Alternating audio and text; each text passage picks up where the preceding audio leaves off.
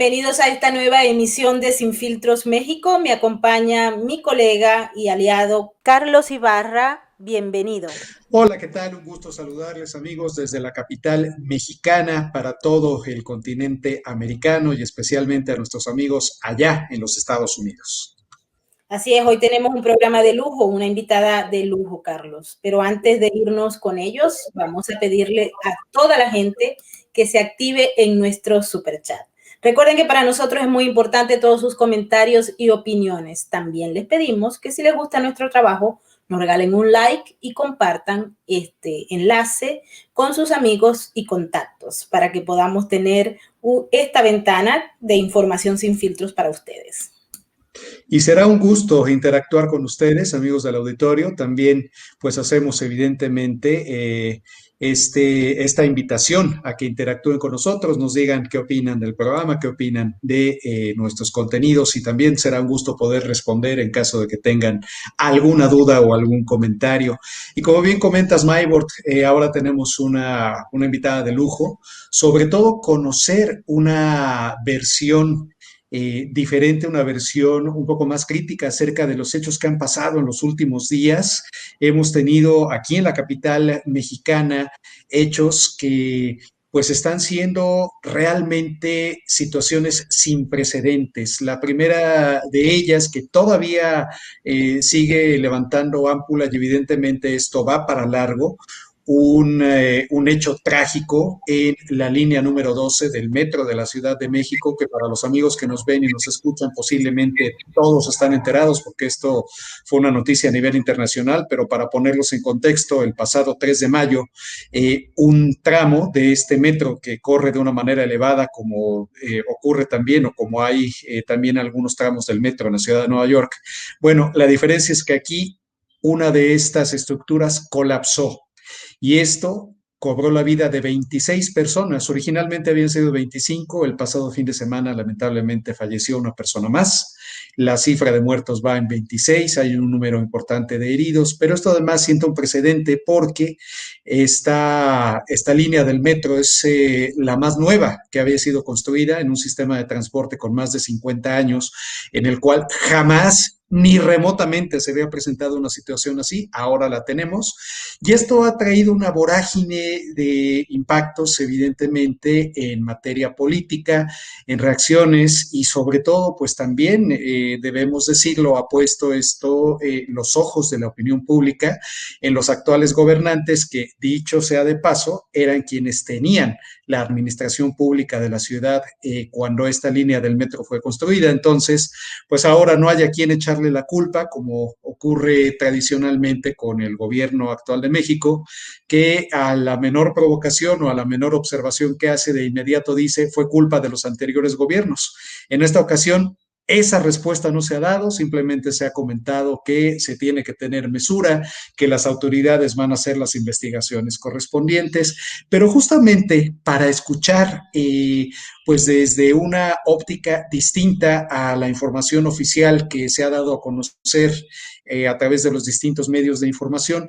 El día de hoy nos acompaña una legisladora, nos acompaña la diputada Adriana Dávila Fernández. Ella es diputada por la 64 legislatura, esto evidentemente a nivel federal.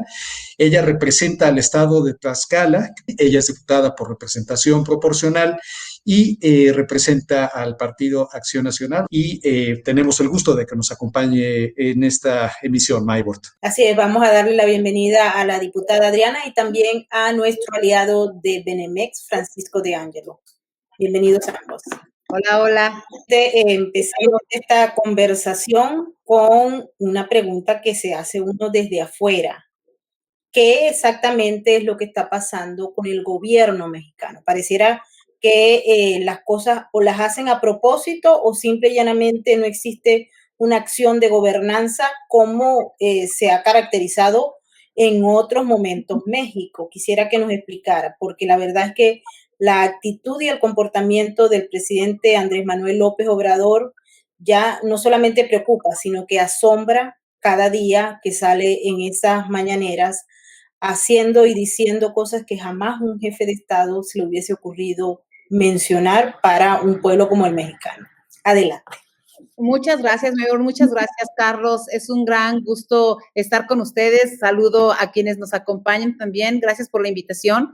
La verdad es que sí, estamos pasando momentos sumamente complicados en nuestro querido país, en un país tan hermoso, tan maravilloso, que con todas sus dificultades y que con todas sus errores de gobiernos anteriores, insisto, que se pudieron haber cometido en el pasado, pues íbamos avanzando poco a poco y fortaleciendo especialmente nuestras instituciones. A partir de la elección del 2018, en donde hay un triunfo contundente que además, por supuesto, nadie niega, con esta fuerza con la que llega el presidente Andrés Manuel López Obrador, 30 millones de mexicanos que deciden que él sea el presidente, pues él toma una decisión que a mí me parece que es la más grave de todos. Toma la decisión de no gobernar para las mexicanas y los mexicanos, sino solo para un cierto grupo de aliados que cada vez se van haciendo menos, porque obviamente hay quienes se están dando cuenta de lo que está sucediendo en este país, no solo a raíz de la pandemia, sino a raíz desde que empieza un gobierno que quiere ser disruptivo, pero lo que hace en lugar de corregir errores que podían, además que con los que él contaba con toda esta fuerza ciudadana que lo respaldaba, que podían haberse corregido los errores, pues lo que hace es empezar a destruir instituciones y necesita destruir también personas para poder consolidar él un gobierno que hoy no solo es autoritario, sino es cínicamente, yo diría, electoralmente eficiente. Y digo eficiente porque ha sustituido el presidente Maybord, Carlos Francisco, ha sustituido el presidente la política pública por la política electoral, como sucede en la mayor parte de los países que terminan siendo los más pobres del mundo, en donde lo más importante es ganar elecciones a costa de lo que sea, incluso a costa de vidas. Y yo creo que hoy, con la última declaración que representa un gran cinismo en la conferencia matutina, donde una colega de ustedes le pregunta, oiga, ¿usted se está metiendo en el proceso electoral? Tú te esperas que por lo menos lo niegue, que tenga la decencia de respetar desde lo que es la investidura presidencial y decir, no, yo soy un demócrata. Lo que él dice es, sí, claro que me estoy metiendo y claro que yo no voy a permitir que se cometa un fraude cuando ni siquiera conoce concretamente qué significa un fraude. Para él el fraude representa solo, debo decirte, Maybor, Carlos, Francisco, para él solo representa lo que sucedió en el año 2006, que además ya las autoridades electorales dijeron, no, a ver, ganó el PAN con poca diferencia, pero hay un triunfo legítimo de un partido político que sabe que la democracia se pierde o se gana por 1 o 2 votos y que la gente decide. Se le olvidaron los fraudes de veras por los que él se supone luchaba, y entonces lo que hace este gobierno es desnudarse completamente y mostrar la verdadera cara. Es como si se hubiera quitado un traje de democracia con el que llegó vestido, y lo que hace es desnudarse y mostrarse tal cual es, un tirano, un autoritario, un hombre con demasiada ignorancia, pero que el tema no es el problema su ignorancia, es que no quiere aprender, no le interesa aprender. Eso no le quita que sea astuto electoralmente hablando, no le quita que sea un hombre que sabe manipular mentes, personas, pero sí tiene una gran ignorancia sobre los problemas que este país está viviendo. Ya lo explicaba Carlos en la introducción.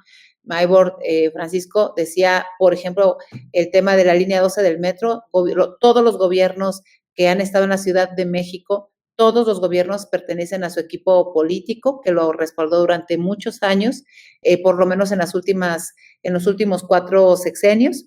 Y lo que yo te puedo decir es que la indolencia con la que se dirige a las víctimas, por ejemplo, de la línea 12 del metro, a las víctimas que son en este año más del año pasado, y con lo que vamos de estos primeros 5 meses de este año, a las víctimas de las niñas y niños con cáncer, 1,400 niñas y niños con cáncer que han muerto en este tiempo por la falta de medicamentos, quimioterapias, a las víctimas con las que empezamos y que a la gente se le está olvidando, a los ciudadanos mexicanos y mexicanas se les están olvidando, las más de 170 víctimas, recordarás, Carlos, de la explosión en Tlalhuelilpan, Hidalgo, que es con lo que dijo además que era combatir la corrupción, la Guardia Nacional ahí, que presente para salvar vidas, y lo que hicieron fue que se quemaran y murieran más de 170 personas. Así empezamos el sexenio, con esa tragedia que se olvidó, más de 20 víctimas que se les aplicó medicamento contaminado para insuficiencia renal en el hospital de Pemex. Y si a eso le añades el gran aumento de números de pobres, 12.5 millones de pobres más en lo que va de estos 2 años y meses que tiene su gobierno. Si le añades además el desmantelamiento de todo lo que es el seguro, lo que fue el seguro popular, concretamente el sistema de salud, para la sustitución con un nuevo instituto que ya no tiene dinero. Yo estoy por interponer incluso una queja porque incluso ahora los del INSABI no tienen con qué pagarle a los doctores, a los médicos. Ya va, olvídate de los residentes que reciben una miseria como sueldo y donde él piensa que gobernar es muy fácil desde Palacio Nacional, solo a través de destruir reputaciones, de someter a miedo a las personas. Y creo que no hay error más grave que la clase política hoy está cometiendo o estamos cometiendo, Maybor, Carlos, Francisco, que tenerle miedo a un ser humano como, bueno, yo no sé si es un ser humano, pero a un personaje como él. El miedo que te paraliza hace que se permitan estas cosas. Entonces, creo que aquí el tema más claro, más fuerte, más firme que tendríamos que hacer es decirle a la gente que no podemos seguir así, porque si en 2 años están todos empavorecidos por lo que está sucediendo, entonces no me imagino qué va a pasar en los últimos 4 que faltan para su sexenio, y si decide hacer lo que hizo con el ministro de la Suprema Corte de Justicia de la Nación, el presidente, de ampliar su mandato, pues imagínate que diga que gracias a la pandemia que no pudo gobernar 2 años y entonces hay que ampliar su mandato todos 2 años, pues tendremos repetidas las historias que yo diría su origen no está en Venezuela. Yo sé que tú eres venezolana, estimada Maybor, pero su origen está en Cuba. Ahí está, ¿no? Y Cuba sigue sin poder cambiar, Venezuela sigue sin poder cambiar y Rusia, que está empoderadísimo hoy con un tirano terrible, pues bueno, esto será historia que se repite en el mundo, ¿no? Sin olvidar a China, Irán y también a Corea del Norte. Adelante, Carlos, con tu pregunta. Alentador el que vemos también. Sin embargo, pues estamos viendo que este hecho ocurrido hace unos días, estos lamentables hechos de la línea 12, al parecer sí están teniendo un impacto. Vemos que la aprobación del presidente Andrés López, por lo menos esto reportado por Consulta Mitofsky, pasó de 63 a 56%, si bien sigue siendo una aprobación importante, pero ya se empieza a registrar una caída importante. ¿Será posible desde tu punto de vista, diputada, que estos hechos comiencen ya a causar una mella política en esta ola que se vio en 2018 y que de alguna manera la oposición, que está siendo, por cierto, acusada de lucrar políticamente con la tragedia, realmente tenga más elementos para hacer señalamientos concretos y sobre todo para contrarrestar este discurso divisorio del actual gobierno entre buenos y malos?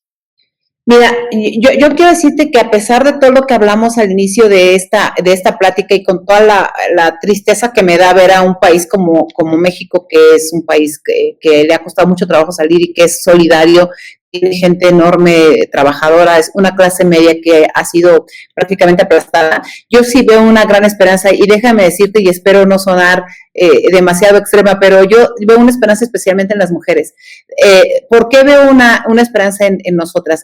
Porque mira, nosotros venimos como mujeres desde hace mucho tiempo padeciendo los estragos de gobiernos de todo tipo, de todos los partidos que no han sido los mejores gobiernos, pero en la lucha por la defensa de nuestros derechos que pasa en materia transversal, incluyendo las familias y no la familia tradicional a la que puede referirse todo el mundo, sino todos los tipos de familia que tenemos en este país, no es de las que son encabezadas solo por mamás o las que tienen tienen solo papás, las que tienen solo abuelas, la que cuida a las tías, en fin, por todas las familias que nosotros estamos viendo, las mujeres aprendimos a ser un poco más solidarias y a defender parte de nuestros derechos. Y el movimiento Mujeres en México le dio una muestra al presidente que nosotras perdimos el miedo desde hace ya mucho tiempo. El miedo a poder manifestarnos, el miedo a luchar por nuestros derechos. Hoy el Congreso, que tienen una posibilidad de paridad y que debo decirlo también no hemos logrado la igualdad, que no es lo mismo, ¿no?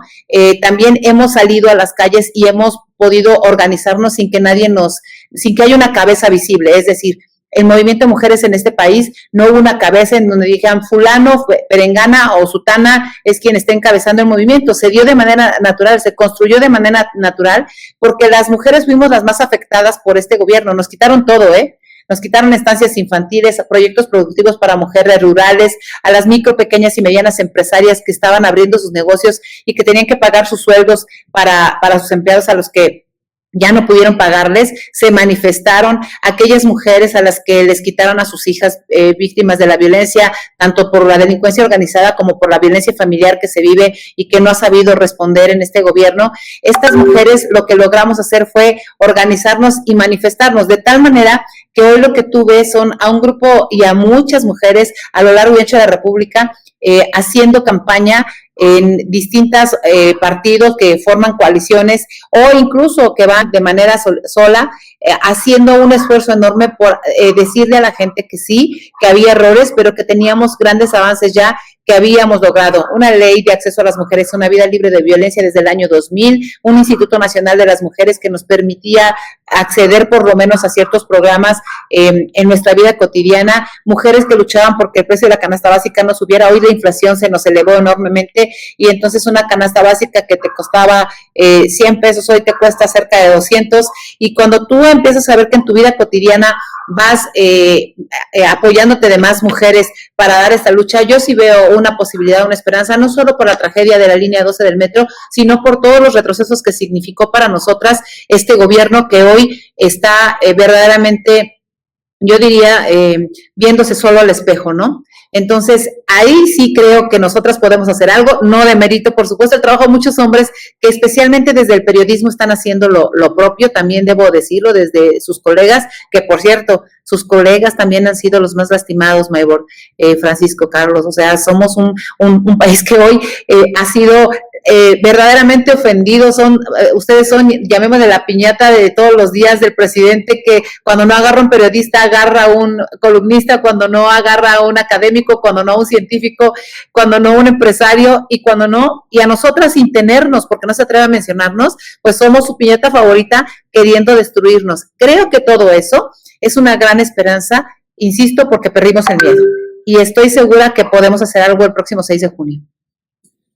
Avanzando cuando el miedo se pierde y la sociedad simple y llanamente está dispuesta a todo por mantener la libertad y la democracia. Adelante, Francisco, con tu pregunta. Sí, mencionaste, Adriana, Cuba. Nosotros los venezolanos estamos debajo de la bota de un régimen que ya lleva más de 20 años aplastando nuestras libertades. Nosotros tenemos más de 5 millones de desplazados, es la segunda tragedia en el mundo, mayor después de Siria.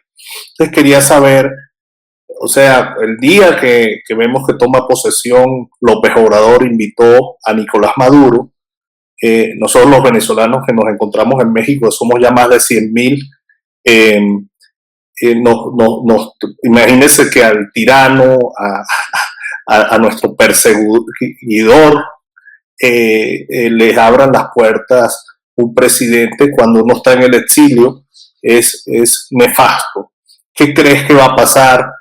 ¿Cómo ves la visión internacional que en este instante se ve totalmente sesgada hacia el Foro de Sao Paulo, el Grupo de Puebla, con un gran entendimiento hacia el madurismo, hacia esta izquierda radical que le ha hecho tanto daño a Latinoamérica?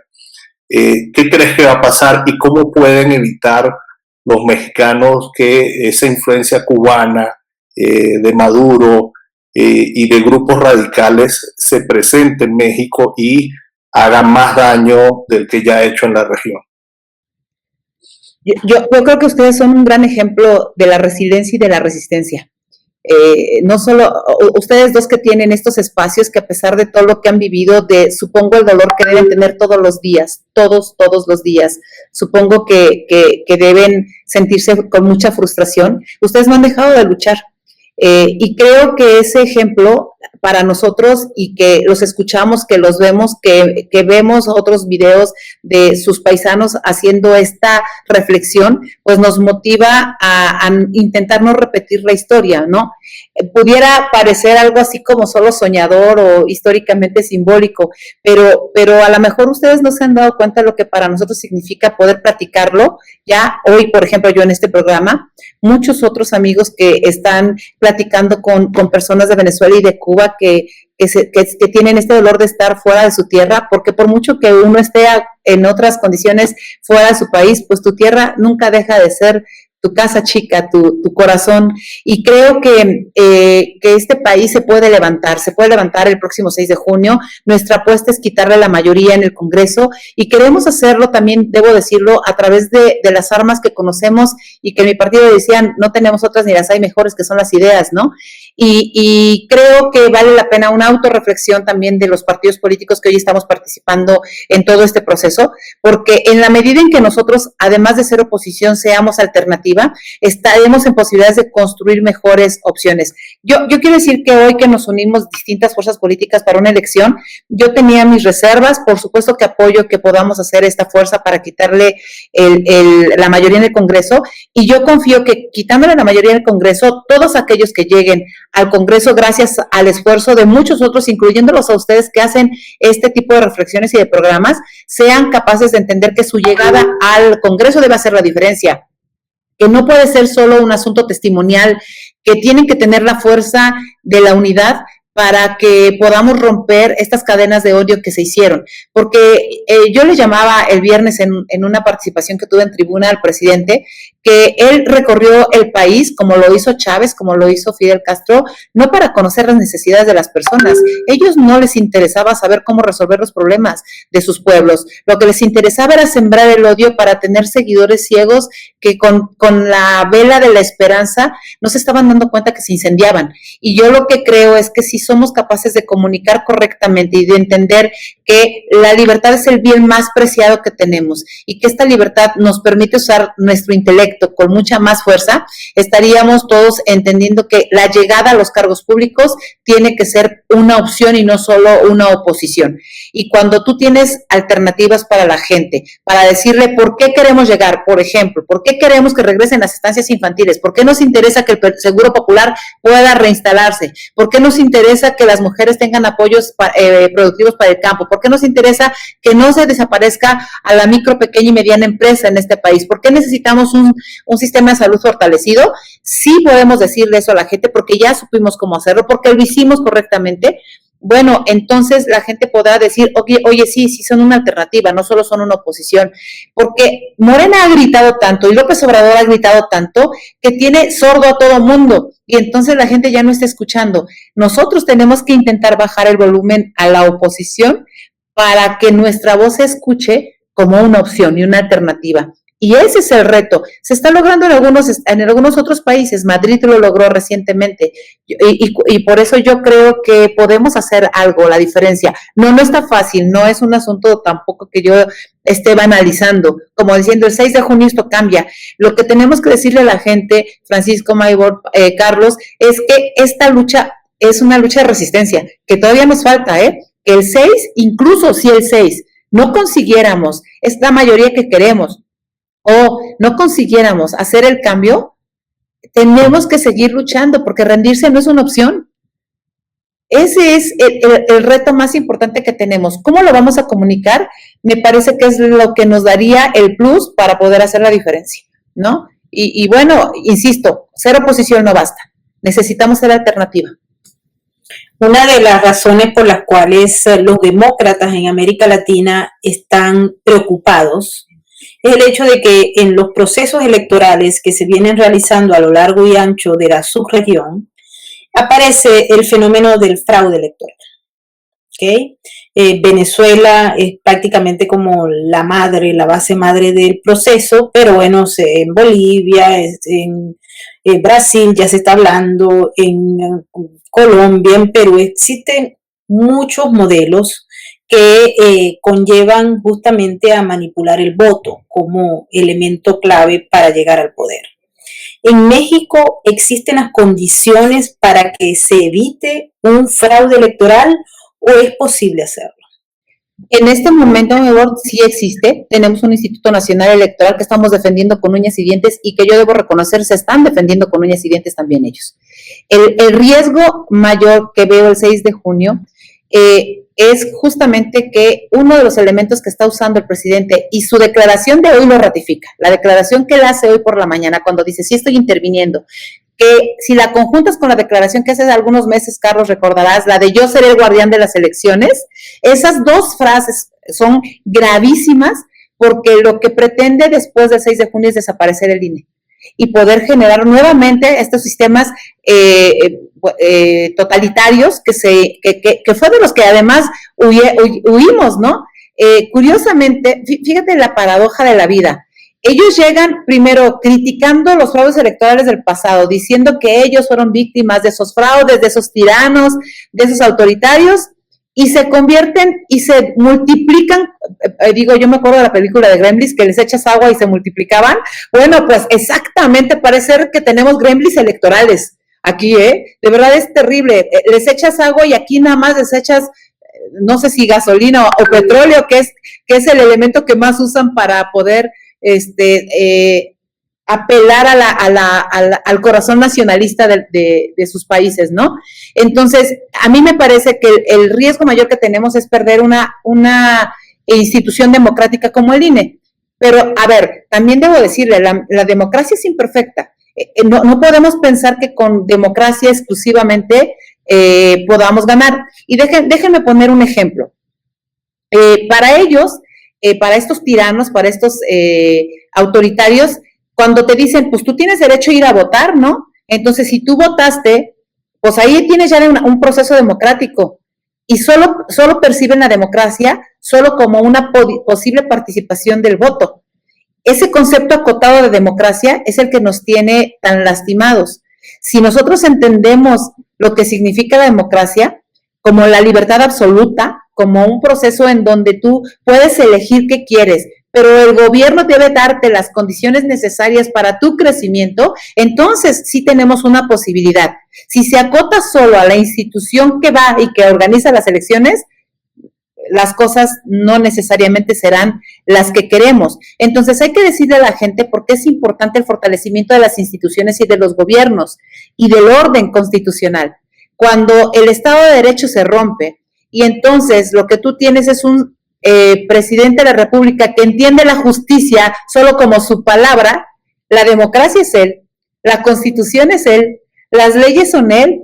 En una comparecencia de la secretaria Olga Sánchez Cordero, yo le decía que no existía la Secretaría de Gobernación y no existe ninguna Secretaría de Estado en este país ya, porque él es todas las secretarías, el presidente López Obrador, como sucedió en Venezuela, ¿no? Como sucede en el resto. Por eso le gusta que sus servidores públicos sean ignorantes. Un hombre inteligente se rodea de personas inteligentes, incluso más que él. Una mujer inteligente se rodea de mujeres inteligentes incluso más que ella, porque sabe que esas inteligencias le ayudan a hacer mejores gobiernos. Un hombre ignorante se quiere rodear de más ignorantes. Ojo, no estoy hablando de un proceso de mérito. Estoy hablando de aquellas personas que no quieren creer en mejores posibilidades.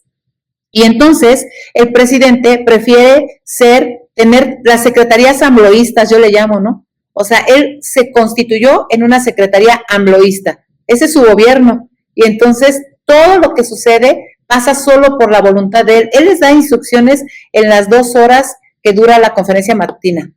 Y los secretarios están atados de mano porque prefirieron ser esclavos del poder que libres en su ejercicio. Han destruido sus propias trayectorias porque tiene gente muy inteligente, muy capaz, con una lucha de años como quienes estoy mencionando, pero prefirieron ser esclavos de su poder porque le tuvieron miedo a irse en contra del patriarca. Y para nosotros eso es verdaderamente terrible. Lo que queremos es regresar a las instituciones como un conjunto que sean parte de esta democracia, pero que también aprendan que la política pública es la única forma de medir los avances de los países. Y no puedes construir una democracia destruyendo las instituciones, ¿no? Así es, adelante, Carlos. Ahora en la campaña que ya comenzamos a ver algunas acciones que pudieran considerarse como guerra sucia, dos situaciones que me resultan de particular atención. Por un lado, tenemos pues estos hechos que pasaron de la línea 12, tenemos a dos funcionarios, o en este caso un ex jefe de gobierno como Marcelo Ebrard, un ex secretario de Finanzas que era Mario Delgado, que pues ahí están los hechos y una carpeta de investigación en marcha, pero al mismo tiempo, y esto, aunque parecieran hechos aislados, me gustaría preguntarte si tú consideras que efectivamente se pueden considerar así.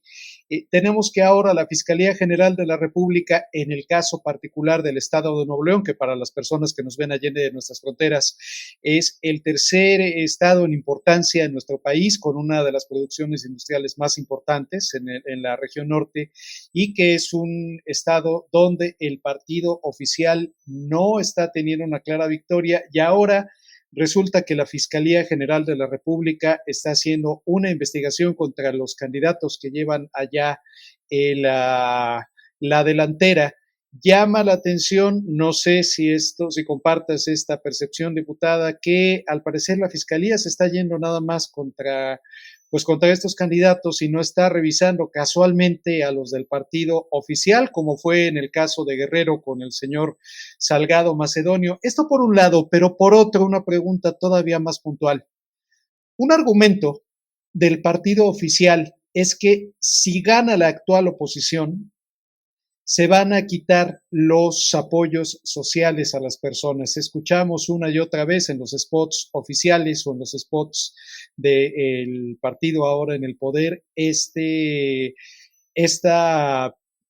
declaración, este enunciado en sentido de que si gana la oposición, es decir, los partidos que estaban antes del partido Morena, se van a retirar estos apoyos. ¿Qué opinión te merece, diputada, estos dos temas? Por eso insisto que se llama el sembrador del miedo y del odio, el presidente López Obrador, porque lamentablemente es lo que hace, sembrar estas semillas que son verdaderamente peligrosas. Pero déjame recordarte, Carlos, y para que quienes nos escuchan también lo vean, si tú ligas, y voy a empezar por el caso de Nuevo León, si tú ligas un Zoom que se les escapó a los senadores de Morena, en donde, por cierto, la senadora de Durango, que dijo que había maldosos por ahí moviendo las ballenas en la línea 12 del metro, ¿recordarás ese episodio, Carlos? Esa misma senadora, en un Zoom de Morena, se le escapó decir, el presidente está muy interesado en que se gane Nuevo León.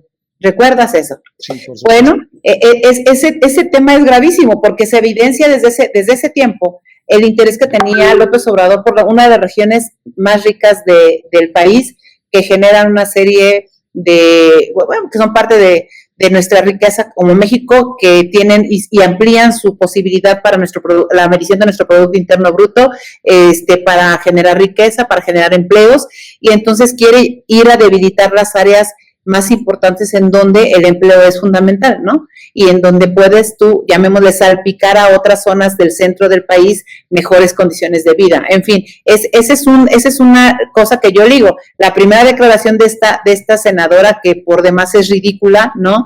Pero que dice, bueno, al presidente le interesa Nuevo León, y la corrige a otra senadora, dice, perdón, estamos hablando de otra cosa, senadora, ese es otro tema, ¿no? Porque era una reunión privada, y entonces el presidente, de pura casualidad, habla de las tarjetas famosas rosas, que por cierto, debo decir, Mayor Francisco, esas tarjetas a las que están acusando al candidato del PRI en Nuevo León, son las mismas que está repartiendo un candidato a jefe delegacional, o más bien ahora alcalde de la delegación, Miguel Hidalgo. Carlos, recordarás, Víctor Romo, que también está repartiendo esas tarjetas, nada más que uno es de Morena y el otro es del PRI. Al de Morena no lo tocan, al del PRI sí, curiosamente, ¿no? Porque además no tienen otros elementos. No solo la Fiscalía General de la República empieza, primero la Fiscalía Especializada en Delitos Electorales, que por cierto, pues es uno de sus más allegados y cercanos de López Obrador, ¿verdad? Pues su esposa lo acompañó como diputada del PT durante mucho tiempo. Y bueno, entonces utilizan a la institución que es la Fiscalía Electoral. Están usando a la Fiscalía General de la República para otro tipo de investigaciones sembradas, generadas, que no tienen nada que ver con su propia tarea y que además no hay elemento jurídico alguno para poder hacer acusaciones que se convierten en mediáticas y en donde se siembra la idea de que todos los que están ahí son corruptos. Y luego viene otro proceso que a mí me parece que es el más deprimente y grave, porque yo tuve la oportunidad, además voté por él como senadora de la República, de Santiago Nieto ante la Unidad de Inteligencia Financiera. Yo apoyé a Santiago Nieto creyéndolo un hombre demócrata y creyéndolo un hombre inteligente, capaz de hacer algo por su país, de no someterse, porque no se sometió ante el PRI cuando sucedió esto. Nosotros defendimos su postura cuando él estaba investigando todo este tema de Obedec, estaba haciendo esta investigación, pues de pronto se le olvidó todo aquello y en esta administración tenemos a 3 áreas verdaderamente ya entrelazadas, queriendo hacer estos fraudes de los que tú hablas, Maybord, que son gravísimos, que son la Fiscalía General de la República, la Fiscalía Especializada en Delitos Electorales y evidentemente la Unidad de Inteligencia Financiera, como las armas que usan la amedrentación y el miedo contra los adversarios políticos. Ya no, olvídate si tienes o no tienes, sino para sembrar incluso delitos que pueden no haberse cometido. Y en contraparte tienes, y déjame ponerte el ejemplo más burdo que para mí es terrible, 2 candidatos, uno de sus aliados, no solo el de Guerrero, Carlos, que es Félix Salgado Macedonio, que tiene 5 carpetas de investigación. Yo solicité que se pudiera llevar esas carpetas de investigación a la Fiscalía General de la República ante la inacción de la Fiscalía General de Justicia del Estado de Guerrero, que tiene dormidas las carpetas de investigación de mujeres que acusaron a este candidato de violación, sino hoy usa a su propia hija o a otra mujer para poder llegar al poder y ser él quien esté detrás de su hija para mandar en un estado que, por cierto, debo decirte, el estado con mayor número de violencia en trata a personas con fines de explotación sexual, pero también de trabajo y servicio forzado al servicio del narcotráfico. Ahora, debo decirlo, Carlos, lo dije en la intervención de la semana pasada, que para eso querían Guerrero. O sea, la siembra en Guerrero, todo el mundo sabe qué pasó, que tiene que ver además con una bandera que ellos usaron de los 43 estudiantes en Ayotzinapa, de cárteles de las drogas, concretamente de todos aquellos que trafican con amapola y otras cosas que se siembran en Guerrero, pues para eso quieren Guerrero. Y el segundo caso es su aliado, Ricardo Gallardo en San Luis Potosí, que tiene abiertas investigaciones con el narcotráfico y que además está encabezando hoy las encuestas y que no hay una sola investigación o pronunciamiento del propio presidente para decir qué está pasando en San Luis Potosí, por ejemplo, con ese candidato. A mí me parece gravísimo que tengamos 2 candidatos vinculados así, pero además te doy otro dato, Mero. El candidato que va en Sonora es el secretario de Seguridad Pública, quien no pudo contestar una sola de las preguntas que le hicimos. Yo soy secretaria de la Comisión de Seguridad Pública en la comparecencia. Yo denuncié cuando dejan ir al hijo de Chapo Guzmán, yo denuncio que eso era evidentemente un delito, quien dejaba ir a un delincuente que tienes ya detenido y además con acusaciones en Estados Unidos por órdenes de extradición, que por cierto no han logrado decirnos nada en estos 2 años, a pesar de todas las solicitudes de información que hemos hecho ante la Secretaría de Gobernación y la Secretaría de Seguridad Pública, pues lo mandas a Sonora. Y entonces tienes prácticamente, y no lo digo yo, lo dicen investigaciones periodísticas de colegas de ustedes muy serias, una hecha en el país, otra hecha en otros lugares, que tenemos por lo menos 1/3 de este país como un narcoestado. Y el presidente tiene el descaro de decir, yo dejé ir al hijo de Chapo Guzmán, pero además tiene el descaro de ir a la zona donde viven y saludar a la abuela, prácticamente como un asunto de ir a rendir cuentas, porque fue días después de que había sucedido eso en octubre de 2019, y tiene el descaro de ir a rendirle cuentas a la abuela y saludarla. Es más, la señora Maybord ni siquiera se baja de la camioneta, le dice, ven acá. Y el presidente, el hombre más poderoso de este país, bravísimo con los adversarios políticos, cobarde ante el narcotráfico, se acerca y es él quien se baja y llega y se pone a sus pies. Para mí eso es inconcebible. Es verdaderamente vergonzoso. Es la muestra más clara de la doble moral de un dictador, porque yo no puedo llamar de otra manera con lo que estoy viendo en este momento. Dirán, espérate que lleguemos a estar como ustedes, Maybor, como ustedes, Francisco, en Venezuela, o espérate que estemos como Cuba. Debería saber cómo estamos hoy en las calles sin empleos. O sea, si estamos en ese camino, sí estamos en ese camino. Así es. Yo espero que México reaccione a tiempo y no llegue a los niveles de Venezuela o de Cuba, porque es muy difícil recuperar la libertad y las instituciones democráticas.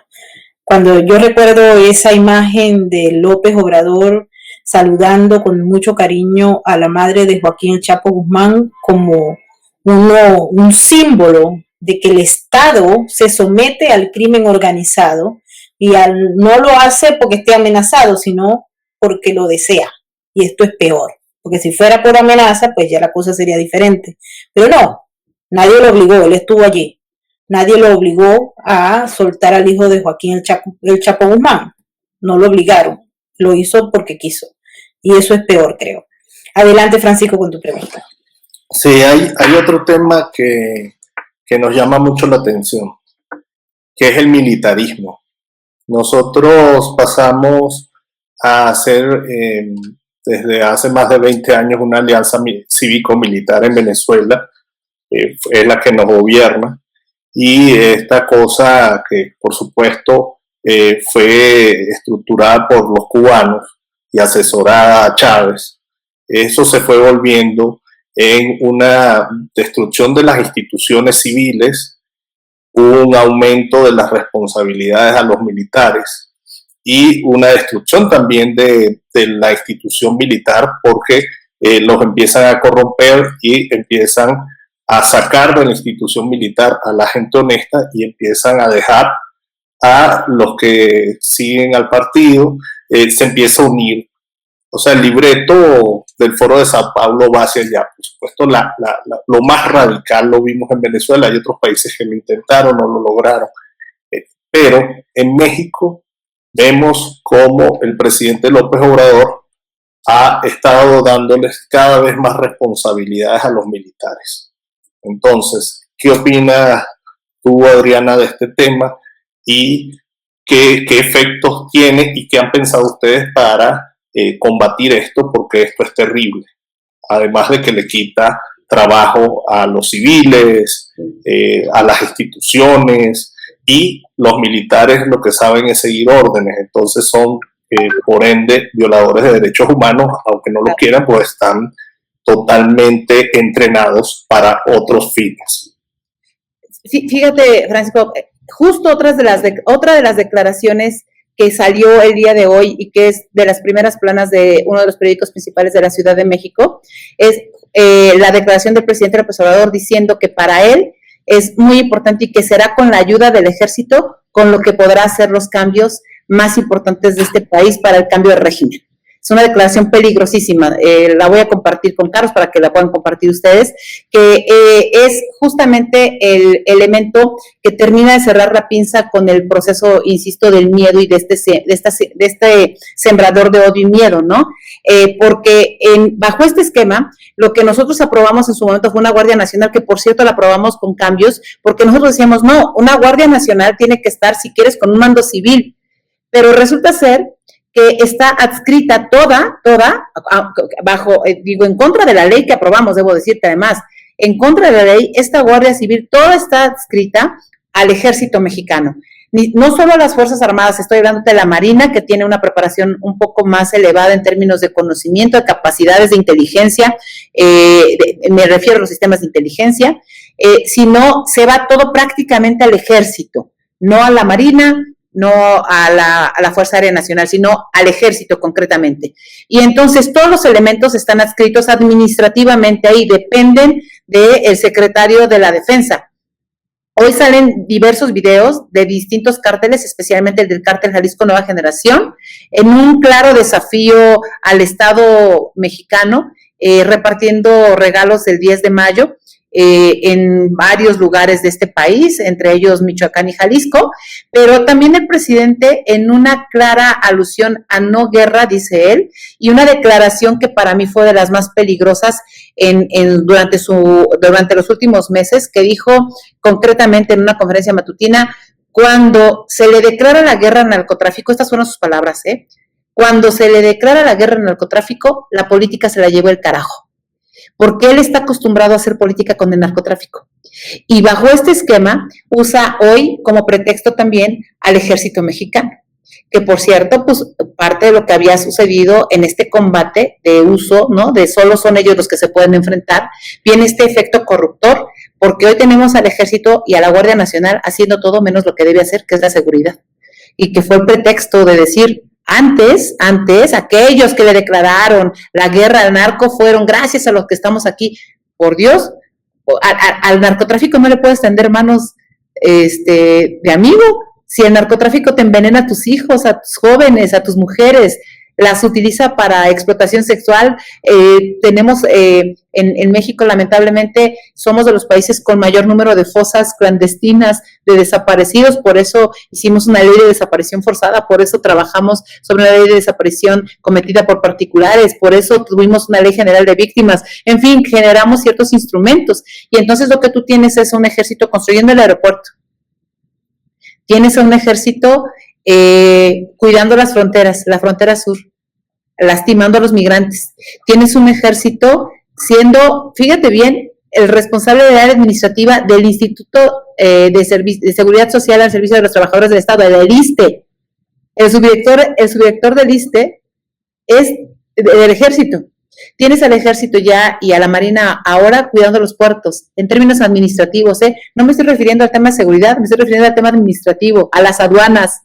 Entonces tienes al ejército metido en todas partes, menos, insisto, donde deben estar, que es justamente en la protección, que había una diferencia entre seguridad nacional, seguridad interior y seguridad pública. Yo me opuse, Maybord, Francisco, Carlos, en el sexenio pasado, a la ley de seguridad interior. Ahí está mi participación todavía, que está guardada. Conmigo se opusieron hoy quienes son miembros distinguidos de Morena, entre ellos el presidente de Morena, Mario Delgado, por cierto, parte de los financieros responsables del tema de la línea 12 del metro. Se desgarraban las vestiduras, hacían unos discursos maravillosos que hablaban de la seguridad de este país y del cuidado y de ser las personas civiles los que no militarizaran este país, cuando además solo se tocaba una pequeña parte de la ley. Hoy tenemos una reforma constitucional que le permite al ejército mexicano y a las Fuerzas Armadas hacer labores de seguridad pública durante 5 años. Pero lo que es peor y lo que es gravísimo es que toda la información que nosotros estamos pidiendo para saber sobre los operativos, sobre la conformación de cómo se está combatiendo el crimen a través del ejército, está reservada por 10 años. Información reservada por 10 años, dizque por asuntos de seguridad. Acabamos de aprobar una ley de seguridad nacional, por cierto, yo la voté en contra también, que habla sobre el proceso de colaboración con ustedes, con Estados Unidos, donde ustedes están ahora, ¿no? Maybord, especialmente tú. Habla de no tener información. Por Dios, firmamos la Convención de las Naciones Unidas contra la Delincuencia Organizada Transnacional, que nos permite tener colaboración con Estados Unidos y con otros países para combate al tráfico de drogas, de armas, de trata de personas y concretamente al narcotráfico, ¿no? Y sé que hay cosas que, insisto, pudieron cambiarse, pero déjenme ponerles un ejemplo que yo siempre uso. Si tú llegas a una casa y quieres ser dueño de esa casa, o por lo menos administrarla, y cuando llegaste dijiste, oye, está rota, de estos que están viviendo ahí, que te la tienen ahí viviendo, que te la están cuidando, que están cuidando tu casa, te rompieron los vidrios, te lastimaron el baño, no tienes estufa, te tiraron un techo, yo voy a llegar a que eso cambie Y cuando llegas, en lugar de componer todo eso, incendias la casa con todos los que están adentro. Pues eso es lo que está pasando hoy con este gobierno. Eso es lo que pasa con los gobiernos autoritarios. Todo aquello que dijeron combatir no saben cómo arreglarlo. O, lo que es peor, y tú lo dijiste muy bien, Maybor, no quieren arreglar, no tienen intención de hacerlo, porque no les interesa que a nadie progrese. Así es. Adriana, quería plantearte también un tema que preocupa desde los Estados Unidos y es la relación de López Obrador con la administración Biden. Hay una aguda crisis humanitaria en la frontera de los Estados Unidos con la llegada masiva de inmigrantes que responden a una política de campaña electoral de acá. Durante la campaña Biden prometió una política de puertas abiertas y el resultado es ese. Ahora están queriendo culpar a otros, pero no, ellos tenían unos acuerdos y esos acuerdos se están cumpliendo y de pronto pues la apertura es importante, lo que ha generado una aguda crisis humanitaria. Hemos escuchado también al presidente López Obrador hablar sobre esos acuerdos, esas conversaciones que se están dando con los enviados de la señora Kamala Harris. Quisiera recibir tu opinión al respecto sobre esos acuerdos que se están dando. Esta crisis tiene dos variantes que a mí me parece que son justamente los extremos. Es tan grave un extremo de irte a la izquierda como tan grave de un extremo de irte a la derecha. Y lo que nosotros estamos viviendo también en la frontera sur, que después se traduce gravemente en la frontera norte, nos está lastimando enormemente, primero porque hay una crisis humanitaria, pero también es producto de este desplazamiento porque los países no están intentando resolver también sus propios problemas, ¿no? Porque hay un caos, hay una administración del caos. Como nunca tenemos una falta política migratoria, acá se le eliminó todo el presupuesto al Instituto Nacional de Migración, que además quedó bajo la mando de la Secretaría de Gobernación, como tendría que haber sido siempre. Tuve amigas y amigos senadores que fueron compañeros, que luchaban desde ese tiempo de trincheras para buscar por lo menos mejores condiciones, evitar la separación de padres y madres de sus hijos que eran, e iban a estos procesos de migración, y no había ninguna condición. Yo veo lamentablemente la falta de voluntad de poder entender que la migración se está convirtiendo más en lo que tú comentas, que es un proceso de desplazamiento porque en nuestros países no hemos sido capaces de mantener mejores condiciones de empleo y de seguridad para nuestras familias. Dejamos que avanzara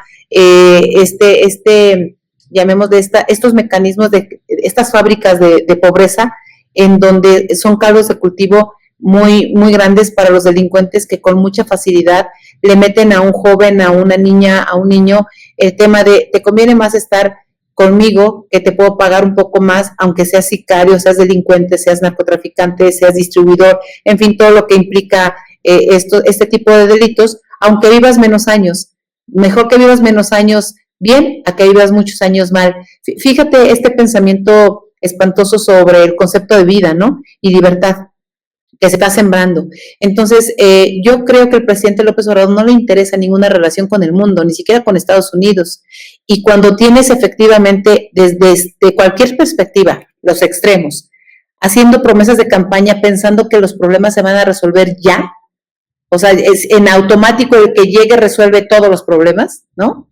Pues es el resultado que tienes es que no resuelves ninguno, porque generas una falsa expectativa de lo que es un problema de migración que no es un delito, sino un fenómeno migratorio que dentro de sí conlleva a muchas personas que cometen delitos, ¿no? Entonces, me parece que mientras no fortalezcamos nuestros lazos de cooperación, en donde entendamos que es necesario que los países generen sus propias riquezas, que generen mejores condiciones, que tengamos fronteras, que tengan ciertos mecanismos, por supuesto, de control migratorio, pero que tampoco puedes, por un asunto humanitario, tener a las familias separadas, niñas, niños, que nunca vuelven a ver, pues nos pueden pasar errores y que cuestan vidas, Maybor. Y yo recuerdo mucho lo que sucedió con las fosas de San Fernando, por un problema de trata, ¿no? Y algunos otros problemas que tuvimos en la frontera de Tamaulipas ahora, pero también las tenemos en la frontera de la zona de Chihuahua y las tenemos en las fronteras de la zona de Tijuana y San Diego y las tenemos en la frontera sur con Chiapas, Guatemala y demás, ¿no? Todo ese tipo de cosas nos están lastimando enormemente por la falta de una política integral migratoria que pase por la generación de riqueza. Interesante. Carlos, adelante, ya estamos en la última parte del programa. ¿O Carlos se fue? Bueno, Francisco, adelante.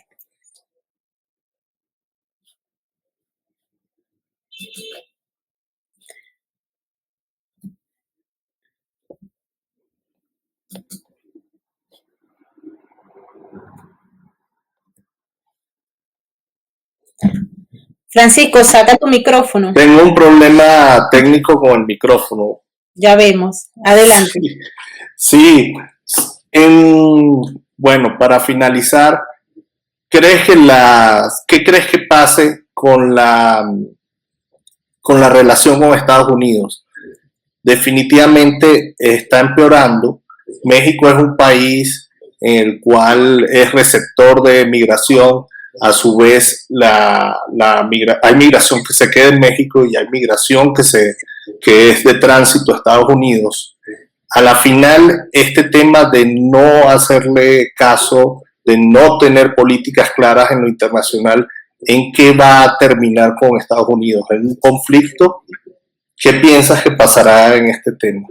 Yo sí creo que se va a agudizar un poco la crisis migratoria y el tipo de relación, especialmente con el tema de combate a la delincuencia organizada. A mí me preocupa mucho, incluso con las relaciones comerciales. Recuerda que están echando para atrás una serie de acuerdos del Tratado de Libre Comercio, entre ellos con las últimas reformas que tuvimos en materia de hidrocarburos, con las últimas reformas que tuvimos en materia de eléctrica, incluso con el tema de Pemex, ¿no? En este proceso que no cumple el Tratado de Libre Comercio y que México no le interesa, porque una de las cosas que hacen los gobiernos totalitarios y autoritarios es aislarse del mundo.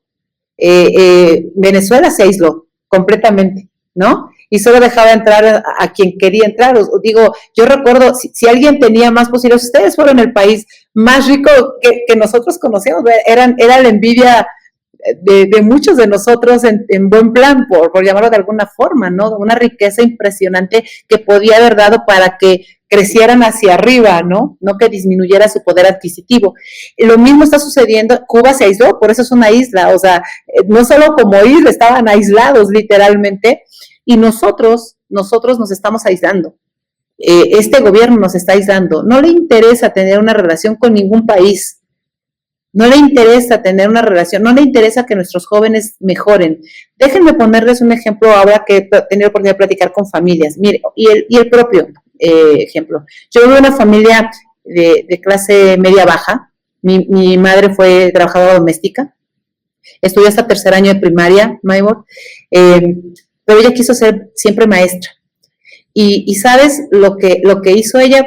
Pues hacer lo posible porque sus hijos cumplieran parte de sus sueños, y parte de las cosas que resolvió como problemas familiares fue: si yo no pude ser maestra, sí quiero que mi hijo sea maestro. Y tiene 2 hijos que son maestros, ¿no? Mis hermanos, ¿no? Mi padre fue albañil, ferrocarrilero jubilado también, que no pudo jubilarse, 22 años y no pudo jubilarse, y entonces se dedicó a la albañilería. Mi padre no quiso que nosotros nos quedáramos y mi madre sin estudio, entonces tiene una hija que es ingeniera civil con 2 maestrías, porque intentó que esta condición de pobreza de la que nosotros vivimos no fuera algo que se repitiera. ¿Por qué pongo este ejemplo que es doméstico? Porque conocí a mujeres y conozco a mujeres y hombres que tuvieron algún sueño alguna vez de ser abogados. Ellos no lo son, pero sí quieren que sus hijos lo sean. Te pongo otro ejemplo. Yo no hablo inglés, Maybor. Me cuesta mucho trabajo. Crecí en una cultura de mi edad, en donde la educación en México no te permitía esa educación bilingüe, o incluso quienes cuando hacían propuestas de computación y de inglés, de niñas y niños, parecía ser como algo que no era correcto, ¿no? Porque somos nacionalistas extremos de no, mejor aprende el náhuatl cuando el inglés te abre el mundo. Pero yo sí quiero que mi hija, y hago todo lo posible porque mi hija hable inglés y pueda abrirse al mundo para mejorar sus condiciones de vida. Bueno, ¿yo cómo comparo estos gobiernos? Con esto que te estoy diciendo. un padre que prefiere, un gobierno que prefiere que sus hijos se queden en la pobreza porque ellos están con tanta frustración y amargura y resentimiento que no quieren que nadie crezca y mejore. Esos sentimientos y esos complejos que comparten con los hijos de otras y de otros, porque con los suyos les abren el mundo. Sus hijos sí pueden ser ricos, sus hijos sí pueden tener los autos de lujo que quieran, sus hijos sí pueden salir a otros países a presumir y a darse la vida de ricos, pero no los hijos del resto de los mexicanos y las mexicanas, ni de los venezolanos ni las venezolanas, ni de los cubanos ni de las cubanas. Es esos sentimientos que pudieran parecer menores en la política son los que están predominando hoy para este país y para estos países con gobernantes con un gran complejo de inferioridad que no les permite entender que ellos gobiernan para un país y no para unos cuantos. Ese es el problema más grave que tienen este tipo de gobierno. Lo trasladan su vida personal con odio a una vida de política pública que no debe ser. Yo lo que les digo aquí, elige a quien quieras, no elijas jamás a un acomplejado, porque eso lo que va a hacer es que nunca en tu vida puedas salir adelante. Bueno, y cuando la pobreza se impone y la falta de educación, la calidad para controlar y la capacidad del régimen para controlar es mucho más sencillo. Así es que ustedes a la hora de seleccionar a alguien para que los gobierne, todos los que nos están viendo, deben pensar en eso, para que no se equivoquen, para que no les pase lo que les pasó a nosotros, los venezolanos, a los cubanos, les está pasando a los mexicanos. Carlos, estamos ya casi fuera de tiempo. Te dejo para que nos despidamos. A la orden. Gracias, Maybord. Solamente cierro con un comentario breve. Básicamente creo que algo que se debe tomar en cuenta y, diputada, con lo que comentaste hace un rato sobre el tema de ¿cómo decirlo? Por lo menos inacción del actual gobierno frente a los hechos de delincuencia que siguen ocurriendo, desafortunadamente. Un dato interesante es que 2019 lo tenemos registrado como el año más violento en la historia de México, y el año pasado, sin embargo, pues estamos con una cifra prácticamente idéntica, 3,484 víctimas, mientras que en 2019 fueron 35,616, es decir, llevamos en lo que va del sexenio más de 71,000 personas que han perdido la vida en hechos violentos. Aquí se habla, o este gobierno habla, de un combate a la pobreza que en realidad pues no está ocurriendo. Como bien comentabas, se han retirado programas sociales, se han retirado apoyos que pues eran importantes para, por ejemplo, para las mujeres trabajadoras, como es el caso de las instancias infantiles, pero por el otro lado tenemos al crimen organizado, lamentablemente, con los brazos abiertos para recibir a nuestros jóvenes. Y aquí están los resultados, como bien comentabas. Vivir pocos años, pero vivirlos bien, aunque sea salto de mata, y tan solo en estas cifras registradas al nivel de enero, en 2 años de la presente administración, 71,100 personas. Dejo el dato en la mesa. Maybord Francisco, diputada Adriana. Bueno, ¿tiene algún comentario? La verdad es que esa cifra a mí me espanta. Te tengo una mala noticia, Maybord, son 82,000 hasta el mes pasado, estimado Carlos, que el propio Sistema Nacional de Seguridad Pública da, porque debo decirte que van desfasados. La cifra que tú tienes es porque luego no dan la cifra a la fase, ¿no? O sea, van desfasados, no les interesa la rendición de cuentas y van entregando cuentas prácticamente un año después, ¿no? Si a eso le añades el subejercicio, lo que para ellos son ahorros, cosas de todo tipo en términos económicos y demás, pues las cifras son terribles. 12.5 millones de nuevos pobres en este país, que por cierto no empezó con la pandemia, ¿no? 260,000 hogares de luto por el mal manejo de la pandemia, y podemos seguir con cifras terribles. 1,400 niños muertos, niñas y niños muertos por falta de quimioterapias y medicamentos. Un sistema nacional de vacunación literalmente con desabasto en este país. O sea, lo que estamos viendo sí es trágico, ¿no? Pero yo tengo mucha esperanza, Maybor, Francisco, Carlos, en que las voces que ustedes nos pueden dar, pero las mismas voces de ustedes que están haciendo un esfuerzo desde otros lugares para visibilizar esto, es lo que nos permite seguir a todos avanzando y estrechando lazos, porque creo que si logramos ir en contra de lo que ellos quieren, que es separarnos y nosotros nos unimos, eso será otro tema y creo que nos permitirá ir dando pasos adelante, aunque con armas quieran darnos pasos atrás. Hay que hacer todo lo posible por nunca retroceder. Insisto, y por eso me agradezco enormemente el espacio que Maybor me dan hoy. Sé de la admiración que te tienen, Carlos. A Francisco tampoco tengo gusto conocerlo, pero sé del respeto y admiración que te tienen por la dirección de este programa. Y por eso insisto, espero no sonar extremadamente feminista, pero por eso creo que las mujeres que hemos perdido el miedo por todo lo que nos han hecho y nos han hecho tanto en la vida, que seguimos avanzando, podemos hacer el cambio en este país y en lo que basta, en lo que falta del mundo, ¿no? Así es. Y seguiremos y no nos va a paralizar el miedo. Es correcto. Es la lucha por la libertad y por la democracia. Es la lucha que ocupa a la parte sensata de la humanidad. Y seguiremos, no nos queda otra. Bueno, hemos llegado al final de esta emisión. Quiero agradecerle a la diputada Adriana por haber estado con nosotros, Francisco D'Angelo de Benemex y Carlitos Ibarra, que es mi aliado en Ciudad de México. Queremos agradecerle a todos los moderadores. Estamos hablando de los moderadores de este super chat. Finky Nesta, Tamaris López, Migdalia Chirinos y Loli Espinosa. Mil gracias de verdad por tener nuestro chat libre de trolls, porque ayer, por cierto, les quería comentar que hemos tenido un ataque de troll increíble en el canal. Cada vez que se menciona a Nayib Bukele, inmediatamente entran los trolls al canal y atacan por todas las vías posibles. Ellos creen que nosotros no nos enteramos, pero sabemos que las granjas de troll funcionan desde Caracas y desde El Salvador. Así es que le seguiremos dando la pelea a esos trolls malvados que quieren imponer una narrativa. Carlitos, Adriana, nos vemos en la próxima emisión. Gracias. Muchas gracias. Un abrazo.